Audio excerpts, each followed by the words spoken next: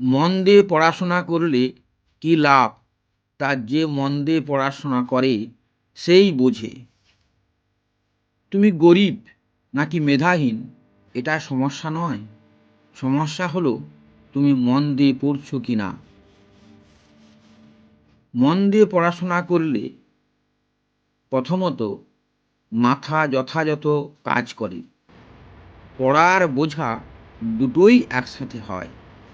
দ্বিতীয়ত মন না দিলে পড়া বোঝা যায় না, মন দিলে সহজে বোঝা যায় এবং কম পড়াতেই বেশি ফললাভ হয়। তৃতীয়ত পড়ায় মনোযোগ দিলে সময়ও বাঁচে। 1 ঘন্টার পড়া 5 ঘন্টার অলস পড়ার সমান হয়।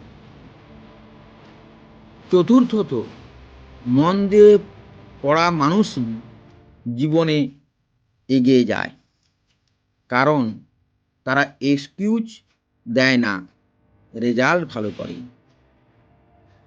পঞ্চমত এবং শেষ, আজ পড়াশোনায় মনোযোগ দিলে ভবিষ্যতে কঠিন পরীক্ষায় জয়লাভ করবেই। তাই বলি মন দিয়ে পড়াশোনা করো, তোমার ভাগ্য নিজেই বদলে যাবে। জীবন দর্শন একাডেমির এটাই দর্শন। ভিডিওটি ভালো লাগলে সাবস্ক্রাইব, লাইক ও শেয়ার করতে ভুলো না।